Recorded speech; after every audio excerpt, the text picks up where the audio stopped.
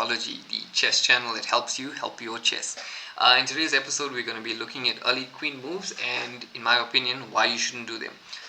Also, bear in mind, we're looking at ELOs that are, say, below 1100, and why you shouldn't move your queen out early.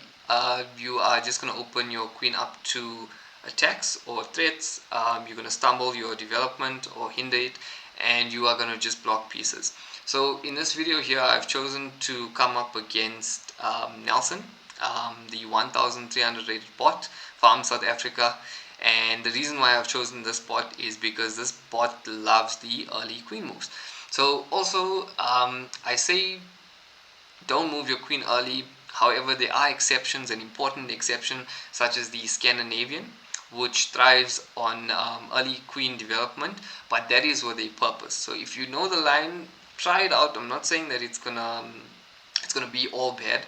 Look, some early queen moves lead to quicker checkmates. However, once you move up in your elo, you will notice that players are more familiar with these lines. They can defend it better, and to be honest, if you come across a player that can defend it well, and you get into a mid game where only your queen and bishop's out and they have all their pieces, you're in a losing position. So without further ado, let's go on and play Molo or Nelson.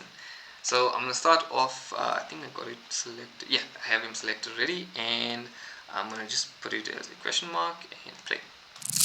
So, okay, so I have the white pieces, Nelson has the black pieces, and I'm going to move on here. Let's start off the game with, okay, I'm going to start off with e4. I'm just going to stick to familiar openings here. And yeah, straight off the bat, okay, he is definitely going to move his queen, and you can even see it here, Scholar's Mate today. Unfortunately not, we know how to defend against Scholar's Mate. So early queen move already. I'm just going to keep my development simple. I'm going to bring my other knight out to c3. So interesting choice here that he's went with. Okay, so there's no threats straight off the bat, so I'm going to push the pawn. Let's see what happens. Let's see what he does. Right, so stick to the, I have that, okay.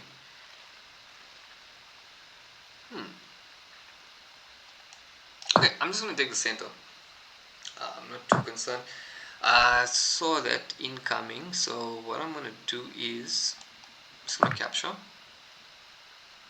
Okay, and I'm going to bring, let's try some ideas with the fork here. Let's see if he sees it. Okay, not too scary at the moment, so if I push, takes, so bear in mind also, early queen moves, queens control a lot of squares, so you also need to be wary of what the queen is looking at and how it's going to influence the game. So instead of the bat, I can tell you now that if I push this pawn, he's probably going to capture the pawn. I'm going to recapture. He's going to take. I take. After that takes, it's just a fork on the king and the rook. So instead of doing all of that, I am just going to block with the bishop. And let's see what happens. Okay, so now my queen is out as well. I do have a castling option to the king side. So I'm just going to go ahead and I don't know what he's doing here. This is very silly play from a 1300, but do we, I think let's capture. Let's do it. Let's capture, check. Gotta move the king. Right now, quite tempted. Okay, I'm gonna castle long. Okay, so now again he's sorry, that's the other way around. He is threatening my knight. So at this point now, it just seems very strange the way he's playing. So I'm just gonna move the knight back. I can give him that square because sorry, that pawn, because if he had taken, I was just gonna bring the rook out to pin the queen to the king. So looking at this at the moment, there's nothing really happening. Now mind you as well, he's already lost castling, right? And we're going to take a look back at how many times he actually moves the queen compared to how many times I move the queen. And now what I'm going to do is, just to entice that move of queen capturing the pawn, I'm going to double push my f pawn with the hopes that I needed it. So now guys, not looking at these things, because you kind of get taken away by moving your queen, looking for that early checkmate.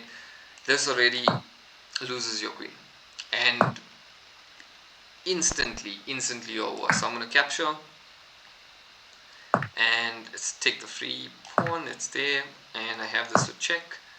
Okay, I have this. I don't know what this bot is doing. I promise you, I did not mess around with the elos, because this is not how a 1-3 rated player plays. So I'm just going to capture with check. He should bring this back. That's also a mistake now. Do I just take, is there a checkmate that I don't see here? No, I don't think so. What we Okay, I'm just going to take for now. Okay, is there any checkmate tactics? Checkmate. That's blocked. Another crucial thing to check for is the mating net. So you look at the available squares that the king has. This often improves with puzzles. So at this point in time, this king doesn't have that. Actually, it's got these two squares. So what I'm going to do is, I'm going to actually just block off the king, or lock in the king. So okay, let's see if Molo sees it. I'm just going to push the pawn with the idea of queen e7 checkmate. He does see it. So now it's a mate in 2. So if you guys have watched a few puzzles of mine, mate in 2 is important, because if you look at this position, I'm going to check with the queen. There's no other squares for the king. He has to move the rook down, and that's going to be checkmate. So cool, guys. Basically, that's why you shouldn't move your queen out early. Thank you guys for watching the video, and again, we've seen why you should not move that queen early. However, like I've said, there was exceptions such as Scandinavian, but overall I hope you learned something here, and in future just be a bit more careful with that queen. Thank you guys for watching.